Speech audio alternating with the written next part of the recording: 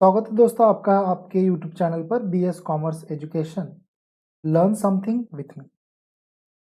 Part number 4 आज हम start करने जा रहे हैं मल्टीपल चॉइस क्वेश्चन की सीरीज जो मैंने स्टार्ट की है BCom, MCom, BBA, MBA, CA, ICWA, CS, CET, state and other competitive exams के लिए commerce, account and auditing, taxation subject specialisation के बेस्ड ऊपर ये मल्टीपल चॉइस क्वेश्चंस हमारे हैं। मैं असिस्टेंट प्रोफेसर बैसाने पर्वतराव भीमराव आपका और एक बार फिर से स्वागत करता हूं और पार्ट नंबर 4 को यहाँ पर हम शुरुआत करते हैं मेरे दोस्त।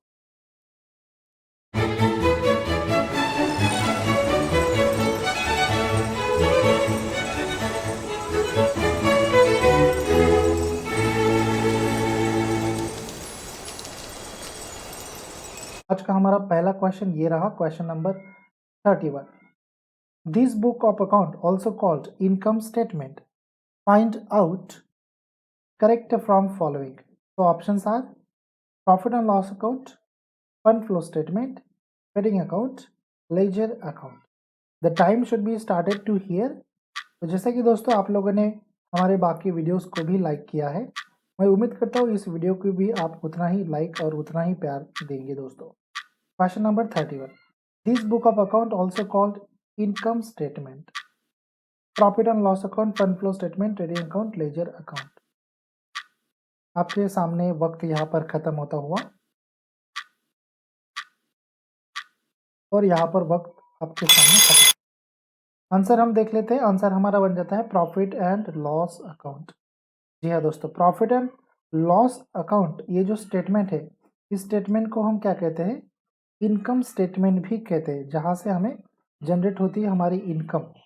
Let's move on to the next one question, question number 32। आपके सामने ये रहा दोस्तों, ऑप्शंस भी मैंने दे दिए।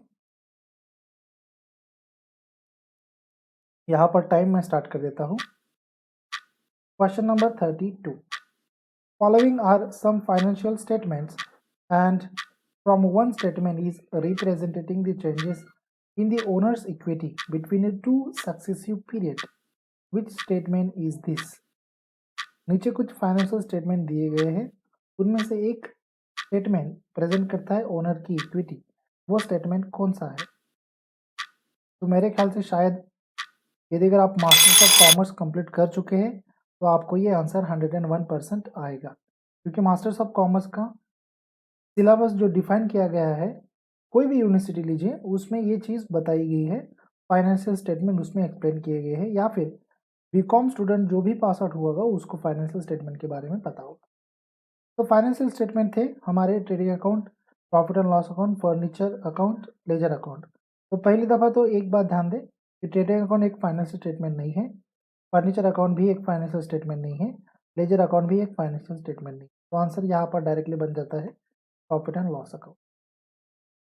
One from representing the changes in the owners equity. Owner की इक्विटी कहाँ पर प्रेजेंट की जाती है? तो प्रॉफिट एंड लॉस अकाउंट में ही प्रेजेंट की जाती है दोस्तों। तो ये हमारा क्वेश्चन नंबर 32 था। अब देखते हैं क्वेश्चन नंबर 33। विच अकाउंट और statement has summarise the revenue and the expenses and ascertain the profit and losses for a specified accounting period? Find out correct answer from following. Profit and loss account, fund flow statement, trading account या फिर ledger account.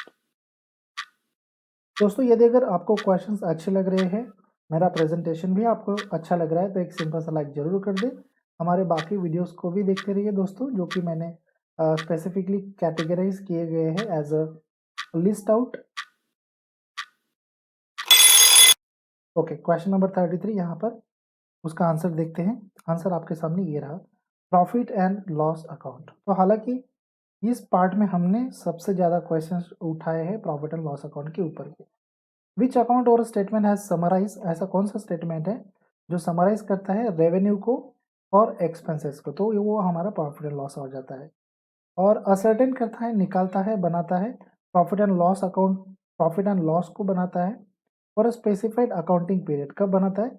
एक specified accounting period में। जैसे मान लीजिए हम लिखते हैं 31 दिसंबर, 31 मार्च, तो एक स्पेसिफिक अकाउंटिंग पीरियड आता है, तो this statement is called a profit and loss account statement. चलिए नेक्स्ट क्वेश्चन के ऊपर मूव ऑन करते हैं दोस्तों। उम्मीद करता हूँ आपको क्वेश्चन अच्छे से समझ में आ रहे हैं। नेक्स्ट क्वेश्चन, उसके ऑप्शंस भी आपके सामने ये रहे। मैं यहाँ पर वक्त स्टार्ट कर देता हूँ। Which accounting book facilitate the transfer of all journal entries in a chronological sequence to individual accounts? In a simple word, this is summary of all journals of a similar nature. Find out correct. जी हाँ दोस्तों, हमें find out करना है correct. यहाँ पर वक्त खत्म होता हुआ और वक्त खत्म। Answer B. बी, ये जो लेजर होता है, इस लेजर में से हम क्या करते हैं, ये एक अकाउंटिंग बुक होता है, हमें ये मालूम है, ठीक है। Accounting book facilitate the transfer of all general entries. जी हाँ दोस्तों, लेजर में हम जो सारी जनरल एंट्रीज हमने बनाई हुई रहती है उनको ट्रांसफर करते हैं। कैसे ट्रांसफर करते हैं? क्रोनोलॉजिकल ऑर्डर में, सीक्वेंस में, टू इंडिविजुअल अकाउंट्स में। मतलब यदि अगर कैश का अकाउंट है तो कैश के अकाउंट में कैश, उसके बाद में फर्नीचर का अकाउंट है तो फर्नीचर के अकाउंट में फर्नीचर का बैलेंस, तो कुछ इस तरीके से इंडिविजुअल अकाउंट में ट्रांसफर करते हैं। इन ए सिंपल वर्ड, यदि अगर एक साधारण भाषा में, एक साधारण वर्ड में बताया जाए तो ये एक समरी होती है जनरल की, जो सिमिलर नेचर फॉलो करती है, तो वो होता है हमारा ledger. Let's move on to the next one question, 35 number question देखते हैं।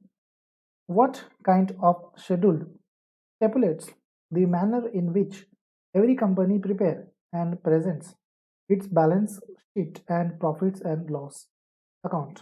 Choose correct from following. ये रहे आपके सामने ऑप्शंस, और मैं टाइम भी यहाँ पर स्टार्ट कर देता हूँ दोस्तों। Revise schedule 6 of companies act 1956, revised schedule 7 of Companies Act 1956, revised schedule of Companies Act 2013, 6th schedule, revised schedule of 7th of Companies Act 2013. What kind of schedule stipulate the manner in which every company prepare and present its balance sheet and profit and loss account? Question थोड़ा tricky है, इसका answer बिल्कुल सीधा सीधा है। Answer आपके सामने ये रहा, आंसर है सी।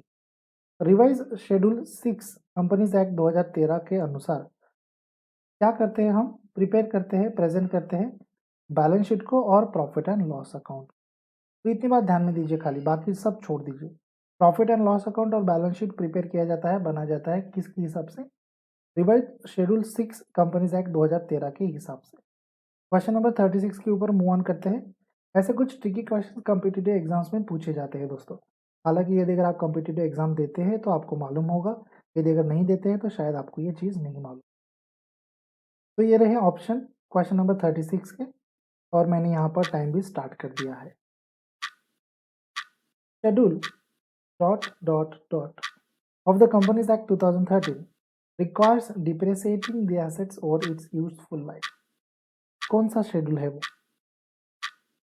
1 नंबर, 2 नंबर, 3 नंबर या फिर 4 नंबर? मल्टीपल चॉइस क्वेश्चंस की सीरीज हमने स्टार्ट की है दोस्तों, खास तौर पर आपके लिए, सिर्फ आपके लिए। यहाँ पर आंसर देखते हैं, आंसर हमारा आ जाता है B. Schedule 2 of the companies act 2013 इसके लिए अप्लाई किया गया है। Second schedule of the companies act 2013 requires to depreciating the assets over its useful life। जी हाँ दोस्तों, डेप्रिसिएशन निकालने के लिए एसेट का सेकेंड नंबर शेड्यूल हमें उसके मामले में बताता है कि how to calculate depreciation. Let's move on to the number next one. The question number 37 is front of your screen. The process of recording journal entries into the ledger is called transferring, ledgering, posting, ledger account. The time should be started to here. Question number 37 में एक simple सी mistake spelling की। The process of recording journal entries in the ledger is called, transferring कहते हैं उसको, लेजरिंग कहते हैं उसको, या फिर पोस्टिंग कहते हैं, या फिर लेजर अकाउंट कहते हैं। क्या कहते हैं मेरे दोस्तों? तो कुछ इस तरीके से उसका आंसर आपके सामने ये रहा। टाइम खत्म, 2 और 1 ये आंसर। सी, उसको हम कहते हैं पोस्टिंग। हम हमेशा बोलते हैं ना, तो पोस्टिंग कर दी मैंने, पोस्टिंग कर दी, तो क्या किस चीज़ की पोस्टिंग की? तो जनरल एंट्रीज की लेजर में पोस्टिंग की। तो ये कुछ इस तरीके से हम उसको कहते हैं posting. Let's move on to the number next question which is a 38th number question. Companies Act 2013 dash dash dash schedule requires to prepare a balance sheet and profit and loss account as general instructions. Okay. मेरे ख्याल से शायद इसका answer आपको 1-2 second में आना चाहिए, क्योंकि मैंने अभी अभी फिलहाल डिस्कस किया है इसके ऊपर।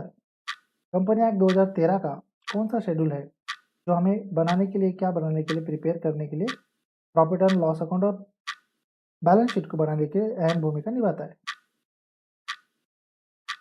ठीक से ध्यान दीजिए दोस्तों, मैं क्या बोल रहा हूँ और क्वेश्चन क्या है। आपके सामने आंसर ये रहा। वक्त खत्म, चलिए आंसर को देख लेते हैं।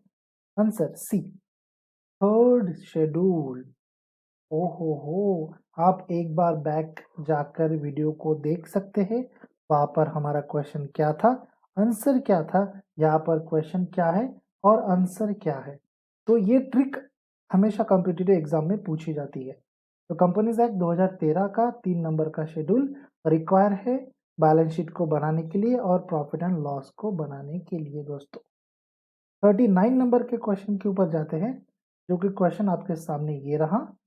Choose correct from following under section 129 of companies act 2013।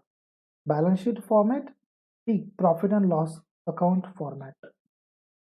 A, B, C, D. यहाँ पर टाइम मैंने स्टार्ट कर दिया है। क्वेश्चन इजी है बट ऑप्शंस थोड़े ट्रिकी है। आप एक बार पॉज करके वीडियो को इसका आंसर देने का प्रयास कीजिए। आंसर देते समय ध्यान दें दोस्तों कि क्वेश्चन नंबर लिखे, उसके बाद में ऑप्शन टाइप करके भेज दे कमेंट सेक्शन में। देखते हैं कौन कितने जल्दी आंसर दे पाता है और कितना अच्छा आंसर वो सेंड कर पाता है। Okay, now the finish. यहाँ पर टाइम खत्म हो गया है। Choose correct from following. मुझे बैलेंस शीट दिया गया है, उसका format, profit and loss account है उसका फॉर्मेट।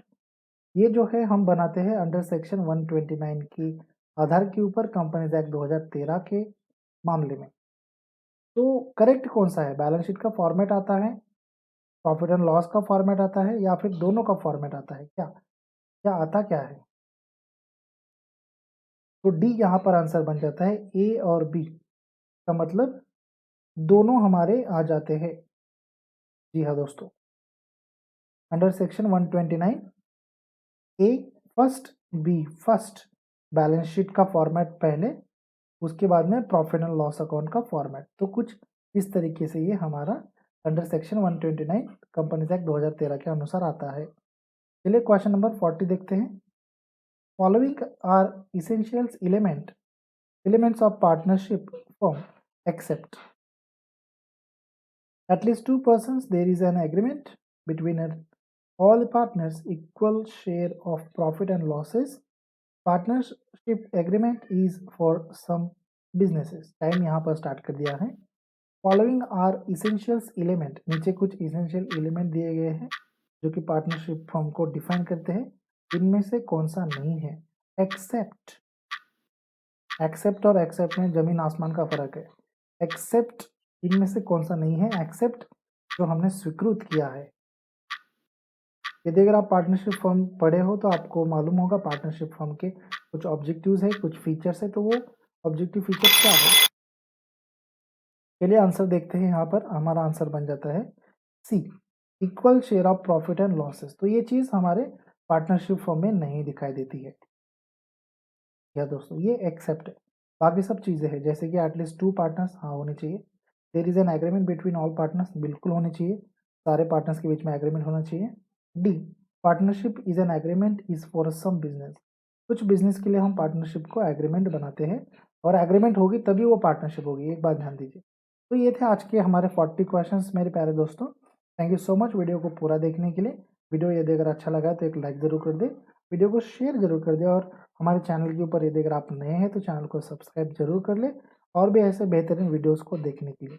मैं असिस्टेंट प्रोफेसर बैसाने पर्वतराव भीमराव आपकी यहाँ पर इजाज़त चाहता हूँ। फिर से मिलेंगे नेक्स्ट वीडियो में मेरे प्यारे दोस्तों। Thank you so much.